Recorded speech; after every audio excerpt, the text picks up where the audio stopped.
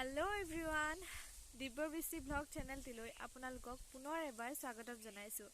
আশা কৰোঁ সকলো ভালে আছে আৰু আমিও ভালে আছোঁ। আজি মই কোনো ধৰণৰ ব্লগ লৈ অহা নাই।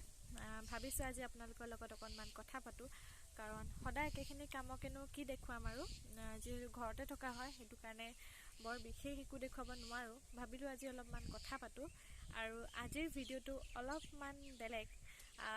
আজিৰ ভিডিঅ'টো প্লিজ স্কিপ নকৰিব, শেষলৈকে চাব আৰু শেষত জনাবলৈ নাপাহৰিব আপোনালোকৰ ভিডিঅ'টো চাই কেনেকুৱা লাগিলে।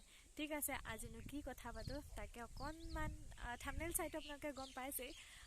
কি কথা পাতোঁ আজি, কিহৰ বিষয়ত কথা পাতোঁ তাকে অকণমান দেখুৱাওঁ আপোনালোকক। ব'লক ভিডিঅ'টো আজি ষ্টাৰ্ট কৰোঁ। আমাৰ লাভ ষ্টৰী বৰ বেছি দীঘলীয়া নহয়, খুবেই কম সময়ৰ, আৰু ইমানেই কম সময়ৰ যে আমি ইজনে আনজনক না দেখিছিলোঁ, না লগ পাইছিলোঁ, না সন্মুখতেই কথা পাতিছিলোঁ। সঁচাকৈ আনক কৈ বুজাব নোৱাৰা এটা অনুভৱ। আমাৰ চিনাকি হৈছিল ফেচবুকৰ জৰিয়তে 2018 চনৰ 2 অক্টোবৰ তাৰিখে। যিহেতু প্ৰথম চিনাকি, সেইবাবে তেওঁ মোক সুধিছিল ঘৰ ক'ত, ঘৰত কোন কোন আছে আৰু মই কি পঢ়োঁ আৰু মোৰ ঘৰত ভালনে, সেইখিনিয়ে। আৰু সেই একেখিনি প্ৰশ্নকে ময়ো তেওঁক সুধিছিলোঁ। কিন্তু মোৰ এটাই ভাল লাগিছিল, মই সোধাৰ আগতেই তেওঁ মোক কথাখিনি বহুত ভালদৰে কৈ দিছিল। সাধাৰণভাৱে যিখিনি কথা পতা হয়, আমাৰ মাজতো সেইখিনি পতা হৈছিল। প্ৰথমতে মই তেওঁক বৰ বেছি গুৰুত্ব দিয়া নাছিলোঁ, কাৰণ ফেচবুকৰ চিনাকি, এনেওতো ফেচবুকৰ নিউজবোৰ পায়েই থাকোঁ, সেইটো কাৰণে বৰ বেছি বিশ্বাসত ল'ব নোৱাৰি। আৰু মই বেলেগ ল'ৰাবোৰৰ দৰে তেওঁকো ভাবিছিলোঁ, কিন্তু সেই ধাৰণা মোৰ ভুল আছিল, কাৰণ তেওঁ যে বেলেগতকৈও বেলেগ। এইদৰেই আমি কথা বতৰা পাতি আছিলোঁ, আৰু কোনেনো জানিছিল যে ফেচবুকত লগ পোৱা অচিনাকি ল'ৰাজনৰ লগতেই যে মই বিয়া হ'ম, তেওঁৱেই যে মোৰ জীৱনসংগী হ'ব, সঁচাকৈ ভবা নাছিলোঁ, আৰু এইখিনি কথা চাগে তেওঁ ভবা নাছিল। এনেদৰেই কথা বতৰা পাতি থাকিলোঁ। তেওঁৰ মোৰ প্ৰতি থকা ভালপোৱা বুলি ক'ম নে কি বুলি ক'ম, কিন্তু তেওঁৰ মনোভাৱখিনি মই ভালদৰে বুজি পাইছিলোঁ। কথা পাতি পাতি 3 দিনেই পাৰ হ'ল, আৰু লাহে লাহে মোৰো তেওঁক ভাল লাগিবলৈ ধৰিলে, কিন্তু মই তেওঁৰ প্ৰফাইলটোৱেই চোৱা নাছিলোঁ। আৰু সেইদিনাই মই লগালগ তেওঁৰ ফেচবুক প্ৰফাইলটো চালোঁ, আৰু তাত থকা মোৰ এখন ফটো বৰকৈ ভাল লাগিল, আৰু সেই ফটোখন মোৰ আজিও প্ৰিয়। নাজানো সেই ফটোখনত মোৰ কিয় ইমান ভাল লাগিল। বাকী ফটোবোৰ মই ইমান গুৰুত্বই নিদিলোঁ, সেইখন ফটো কিন্তু মোৰ বহুত ভাল লাগিল। আৰু তেওঁক মই আজিও কওঁ সেই ফটোখনৰ বিষয়ে, মানে ক'ৰবাত কিবা দিবলৈ হ'লেও মই সেই ফটোখনৰ কথাই কওঁ, খুব প্ৰিয় সেই ফটোখন মোৰ। এনেকৈ কথা পাতি থাকিলোঁ। 2 তাৰিখৰ পৰা গৈ 8 তাৰিখ পালেহি, আৰু এইকেইদিনতে মই তেওঁক ভালকৈ বুজি উঠিছিলোঁ, আৰু মোৰ প্ৰতি থকা গুৰুত্বখিনি দেখি মোৰ সঁচাকৈ বহুত ভাল লাগিছিল। এওঁৰ লগত চিনাকি হোৱা সময়খিনিত মোৰ মা পাপা ঘৰত নাছিলে। তেওঁলোক বিশেষ কামত গুৱাহাটীলৈ গৈছিল, আৰু মই মোৰ মামাৰ ল'ৰা দাদাৰ লগতেই আছিলোঁ। আৰু মা পাপা থকা হ'লে চাগে মই এওঁৰ লগত কেতিয়াও চিনাকি হ'ব নোৱাৰিলোঁহেঁতেন, কাৰণ মোৰ ঘৰত মা পাপা থাকিলে মই কাৰো লগতে এনেকৈ কথা নাপাতোঁ, বিশেষকৈ ল'ৰাৰ লগত। বিশেষকৈ মোৰ মা পাপাই নাজানে যে ফেচবুক কি, বা অলপ হ'লেও বুজি পায়, কিন্তু এইবোৰৰ বিষয়ে মা পাপাই ইমান জানিবলৈ চেষ্টা নকৰে, কাৰণ মোবাইলৰ বিষয়ে ইমান এটা নাজানে। আৰু গম পায় মই ফেচবুক কৰোঁ, হোৱাটছএপ কৰোঁ বুলি গম পায়, কিন্তু এইটো নাজানে যে মই এনেকৈ কাৰোবাৰ লগত কথা পাতিছোঁ বুলি। কিছুমান চিনাকি থাকিলে মই মা পাপাক কৈ দিওঁ যে এনেকৈ আজি চিনাকি ওলাইছিলে, মই সেইখিনি কথা কৈ দিওঁ, কিন্তু এওঁৰ বিষয়ে মোৰ ঘৰত কোৱা হোৱা নাছিলে। আমি 8 তাৰিখৰ পৰা ফোনতে কথা পাতিব ধৰিলোঁ। তেওঁ মোক প্ৰথমতে ফোন কৰিলে, কাৰণ মই তেওঁৰ নাম্বাৰ লোৱা নাছিলোঁ, মোৰ নাম্বাৰ লৈছিলে তেওঁ, আৰু তেওঁ মোক ফোন কৰিলে, আৰু ফোনতে কথা পাতিবলৈ ধৰিলোঁ। আৰু তেতিয়াৰ পৰা ফেচবুক বাদ দিলোঁ মানে এইটো নহয়, ফেচবুক আছিলে, কিন্তু ফেচবুকত মেছেজ কৰা আমি বাদ দিলোঁ, আৰু মেছেজৰ কথাই নাহিলে তেতিয়া, আমি অকল ফোনত কথাই পাতোঁ। আৰু কিন্তু এটা বিশেষ কথা, আমি ইমান কথা পাতিলোঁ, কিন্তু তেওঁ মোক ভাল পাওঁ বুলি নক'লে, আৰু ময়ো তেওঁক নক'লোঁ। মানে ইজনে আনজনক কৈয়ে নাপালোঁ যে তেওঁ যে মোক ভাল পায়, বা মই যে তেওঁক ভাল পাওঁ, সেই কথাষাৰ আমাৰ মাজত নাহিলে। কিন্তু ভালকৈ বুজি উঠিছিলোঁ যে তেওঁ মোক ভাল পায়, আৰু ময়ো তেওঁক ভাল পাওঁ, কিন্তু আমি প্ৰকাশ এজনেও নকৰিলোঁ। 8 তাৰিখৰ পৰা আমি কথা পাতিবলৈ লৈছিলোঁহে আৰু সেইদিনাই মই মোৰ হোৱাটছএপৰ ডিপিত তেওঁৰ ফটো ৰাখিছিলোঁ। আৰু তেতিয়া আছিল অক্টোবৰ মাহ। অক্টোবৰততো পূজা হয়, সকলোৱে জানে। আৰু মাহঁতো ঘৰত নাছিলে, মাহঁত গৈছিল গুৱাহাটীলৈ। আৰু মাহঁতেও চাগে ভাবিছিল যে মোৰ পূজাৰ কাপোৰ তাৰ পৰাই কিনি আনিব।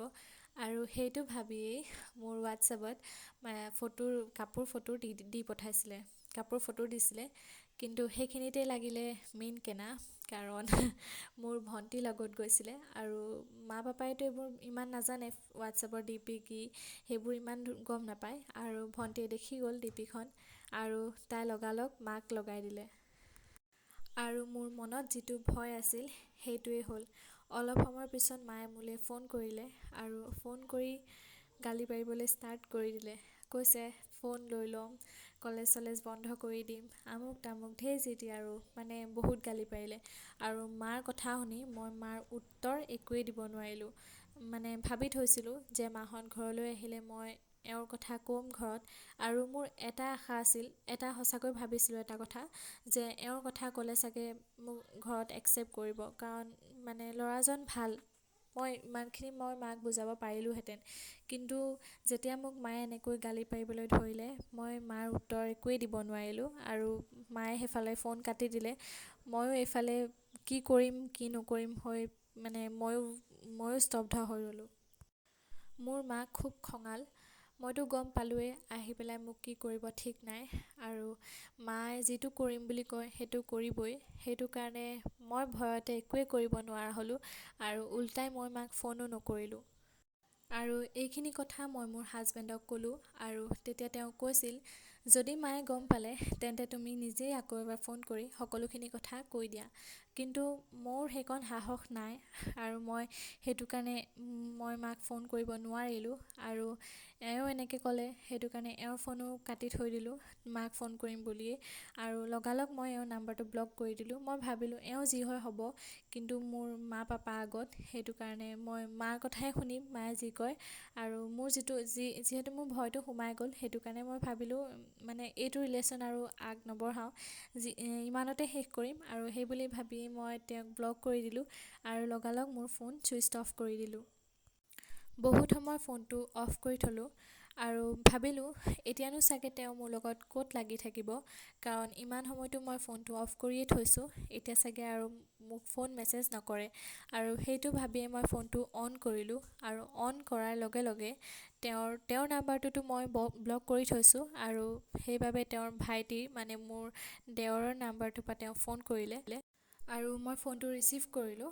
ৰিচিভ কৰি মই কিবা এটা কোৱাৰ আগতেই তেওঁ মোক ক'লে, তুমি একো চিন্তা কৰিব নালাগে, মই ঘৰত সকলোকে কৈ থৈছোঁ, পাৰিলে তুমি তোমাৰ মাহঁতক কৈ দিয়া আৰু মই 10 তাৰিখে ৰাতিপুৱা গৈ আছোঁ। কিন্তু মই ভাবিছোঁ ফেচবুকত লগ পাইছোঁ যিহেতু হয়তো তেওঁ নাহিবও পাৰে, মিছাকৈ কৈছে, এনেকৈ বুলিয়ে ভাবি থৈ দিলোঁ। মই ইমান সেইটোৰ ওপৰত লাগি নাথাকিলোঁ। মোৰ মনত এটাই চিন্তা হৈ আছে যে মোৰ ঘৰত গম পালে ঘৰত মাহঁত আহি কি কৰিব।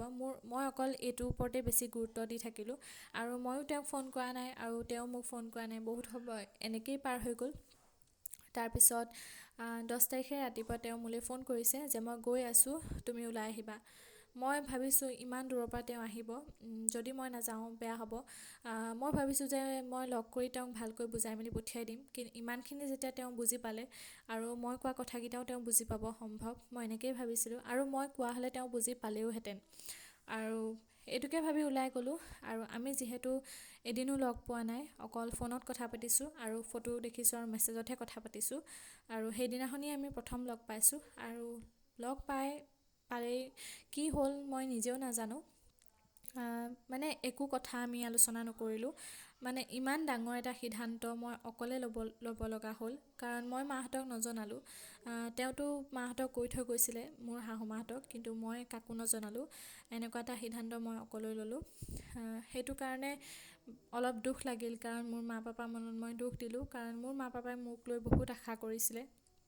সেইটো কাৰণে আৰু এইটো ভিডিঅ' মই আপোনালোকৰ লগত শ্বেয়াৰ কৰিছোঁ। ইয়াৰ অৰ্থ এইটো নহয় যে মই কাৰোবাক ভাল পাই পলাই যাবলৈ উৎসাহ যোগাইছোঁ। মই এইটোৱে বুজাব বিচাৰিম যে প্ৰতিজনী ছোৱালীক এটা কথা ক'ম যে যিয়ে নকৰা কিয় মাহঁতৰ বিৰুদ্ধে নকৰিবা। মাহঁতেতো প্ৰত্যেকজনী ল'ৰা ছোৱালীৰ কাৰণে ভালটোৱে বিচাৰে, সেইটো কাৰণে মাহঁতৰ মতেই চলি যাবা।